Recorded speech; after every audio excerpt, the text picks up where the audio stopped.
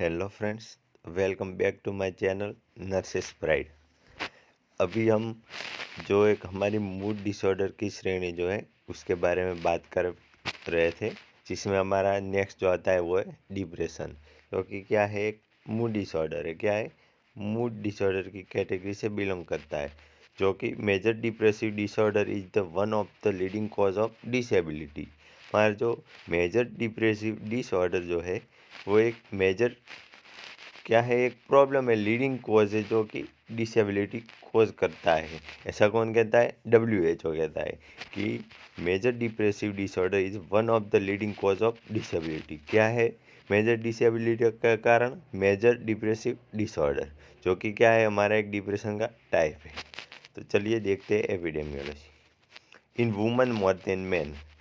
यह डिप्रेशन जो है मैं मेन से ज़्यादा वुमेन्स में देखने के लिए अगर मिलता है कि वो छोटी छोटी बात पे डिप्रेस हो जाती है कि अब ऐसा हो गया, कोई क्या सोचेगा, कोई क्या बोलेगा। छोटी छोटी बात पे परेशान हो जाती है, डिप्रेस हो जाती है। ये क्या इसमें देखने को मिलता है कि वुमन में ये ज़्यादा देखने को मिलता है। किसके कंपैरिजन में? मेंस के कंपैरिजन में।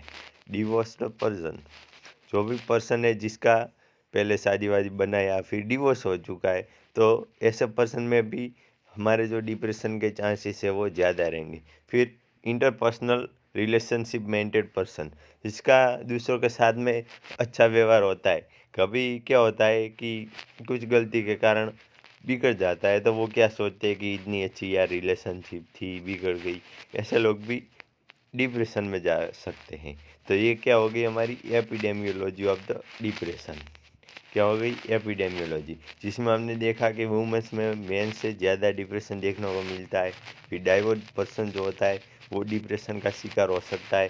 फिर ऐसे लोग जिन्होंने इंटरपर्सनल रिलेशनशिप मेंटेन किया हो, उनमें भी हमें देखने को मिल सकता है। फिर इसका prevalence of suicide is much during spring season. ये हमारा जो स्प्रिंग सीजन होता है, जिसे हम बोलते हैं वसंत ऋतु, उसमें सबसे ज़्यादा सुसाइडल थॉट्स आते हैं डिप्रेस्ड पर्सन को। तो ये हो गया हमारा एपिडेमियोलॉजी ऑफ द डिप्रेशन। फिर आता है हमारा इटियोलॉजी ऑफ द डिप्रेशन। तो इसमें कौन कौन से ऐसे फैक्टर्स जवाबदार है जो डिप्रेशन कोज करते हैं? तो उसमें पहला आएगा हमारा न्यूरोट्रांसमीटर्स। क्या? न्यूरोट्रांसमीटर। इसमें आता है नॉरएपिनेफ्रिन, डोपामिन और सेरोटोनिन। इसका लेवल क्या हो जाता है? डिक्रीज हो जाता है, जिसके कारण क्या हमें देखने को मिलेगा? डिप्रेशन देखने को मिलेगा। फिर identical twins and first degree relatives, जो आइडेंटिकल ट्विंस होते हैं और क्लोज रिलेटिव्स होते हैं, उनमें अगर डिप्रेशन है तो थ्रू जीनेटिक ट्रांसफॉर्मेशन हमें आइडेंटिकल ट्विंस में और फर्स्ट डिग्री रिलेटिव्स में भी देखने को मिल सकता है। फिर फ्यूड थ्योरी के आधार पे कह सकते हैं कि loss of loved person cause depression. क्या है कि किसी का तारो कि कोई ऐसा बंदा है जिसके अपने लव्ड पर्सन को लॉस कर दिया है, उसकी डेथ हो चुकी है या ब्रेकअप वगैरह हो चुका है, तो क्या सोचेगा कि यार कितना प्यार करता था मुझसे, या मैं उससे करता था, करती थी, और उसे खो दिया, अब वो दोबारा मेरी लाइफ में नहीं आएगा। ऐसे सोच के वो डिप्रेस हो जाते हैं। तो क्या होगा? Loss of loved person cause depression. Cognition theory क्या कहती है कि negativism and negative thinking can cause depression. अब कोई बंदा है जिसके दिमाग में कूट कूट के नेगेटिविटी भरी हुई है, कोई पॉजिटिव थिंकिंग ही नहीं है कि साली ज़िंदगी बेकार है, कुछ भी उखाड़ना नहीं है, या अब कुछ भी पॉजिटिव नहीं होता है मेरी लाइफ में, मतलब पूरा बंदा ही नेगेटिव है, तो वो उसको डिप्रेशन कॉज करेगा, क्योंकि सारी नेगेटिविज्म भरी हुई है और वो डिप्रेशन को कॉज कर सकती है। तो ये क्या हो गया हमारा इटियोलॉजी ऑफ द डिप्रेशन। क्या हो गया? इटियोलॉजी, जिसमें हमने देखा न्यूरोट्रांसमीटर जैसे कि नॉरएपिनेफ्रिन, सेरोटोनिन, डोपामाइन। फिर identical twins, first degree relatives. फिर फ्रूट थियरी, उसमें था कि लव्ड पर्सन का लॉस होने की वजह से डिप्रेशन हो सकता है। फिर हमारी कॉग्निशन थियरी, इसमें नेगेटिविज्म, जो कि पर्सन नेगेटिव थिंकिंग रखता है, वो डिप्रेशन का शिकार हो सकता है। तो ये क्या हो गया हमारा इटियोलॉजी। फिर आता है हमारा somatic features of the depression. Okay, early morning wake up. अब क्या होगा, जो बंदा डिप्रेशन का शिकार है वो सुबह बहुत जल्दी उठ जाएगा, मतलब सारे घर वाले सोए हुए हैं और 4 बजे खड़ा होके बैठा है, बुला रहा है किसी को, ये कर रहा है वो कर रहा है, तो क्या सारे घर वालों को भी परेशान करेगा? वो तो 4 बजे उठेगा ही उठेगा बिना मतलब का। फिर loss of appetite and weight. जब बंदा डिप्रेशन में होता है तो वो उसका वेट लॉस हो जाता है। क्यों हो जाता है? क्योंकि वो ज़्यादा डाइट लेता नहीं है, क्योंकि उसे भूख ही नहीं लगती है। तो ये हमारा दूसरा सोमेटिक फीचर हो गया कि loss of appetite and loss of weight. फिर previous lack of pervasive lack of interest, means बंदे को किसी एक्टिविटी में इंटरेस्ट ही नहीं रहेगा, भले ही उसका कोई लव्ड वन उससे बात करना चाह रहा है या कुछ भी हो, वो बोला हो कि जाके वो सामने वालों को एक खींच के दे के आ जाओ, वो भी नहीं करेगा, क्योंकि प्रोग्रेसिव लैक ऑफ इंटरेस्ट है, किसी चीज़ में इंटरेस्ट ही नहीं लगेगा उसका। तो ये हो गया हमारा तीसरा सोमेटिक फीचर।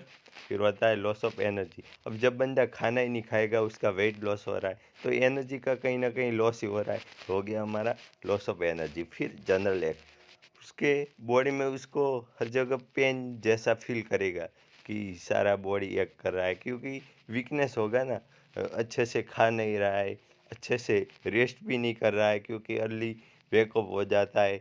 फिर ये सब कारण होने के बाद उसे क्या लगेगा कि पूरा बॉडी पेन कर रहा है। तो ये थे हमारे somatic feature of the depression. फिर आता है हमारा डायग्नोसिस ऑफ डिप्रेस्ड पर्सन।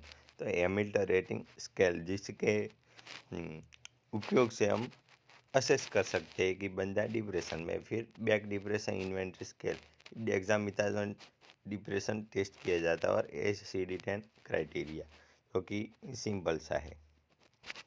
फिर आता है हमारा ट्रीटमेंट ऑफ द डिप्रेशन, जो कि बहुत इंपॉर्टेंट मुद्दा माना जाता है। उसमें हम पहले क्या देंगे? Anti depression.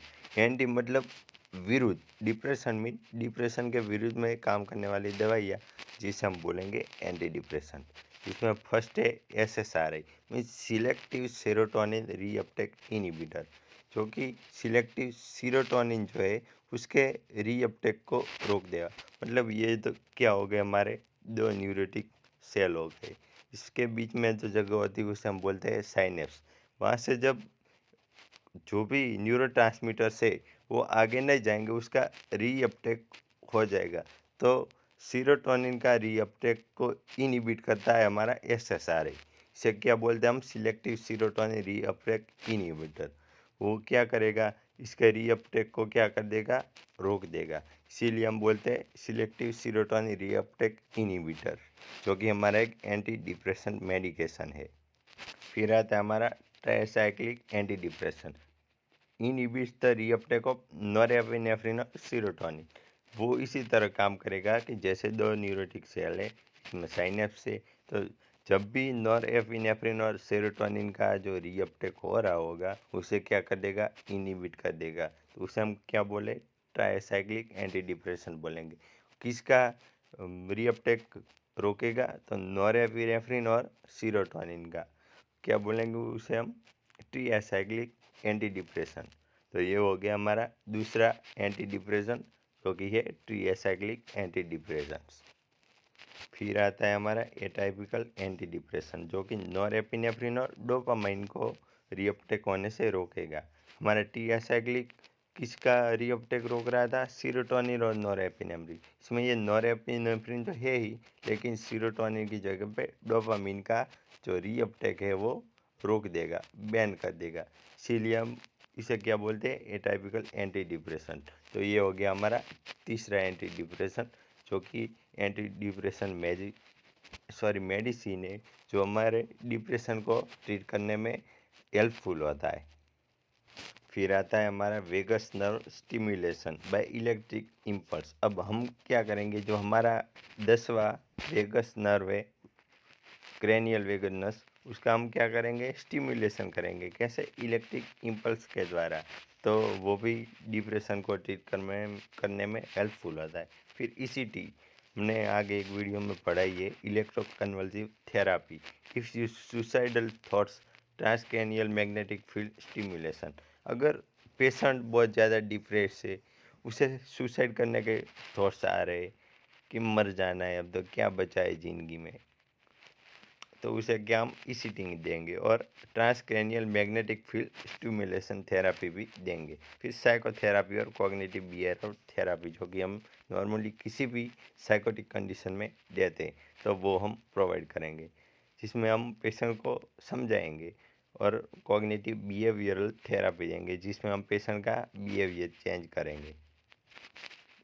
So thank you so much friends for watching my video. Keep watching my channel for videos like this on nursing, study and other educational videos. Thank you so much, and please subscribe, like, comment and share my videos and channel to fulfill my needs, and also get extraordinary knowledge about any condition. Thank you friends.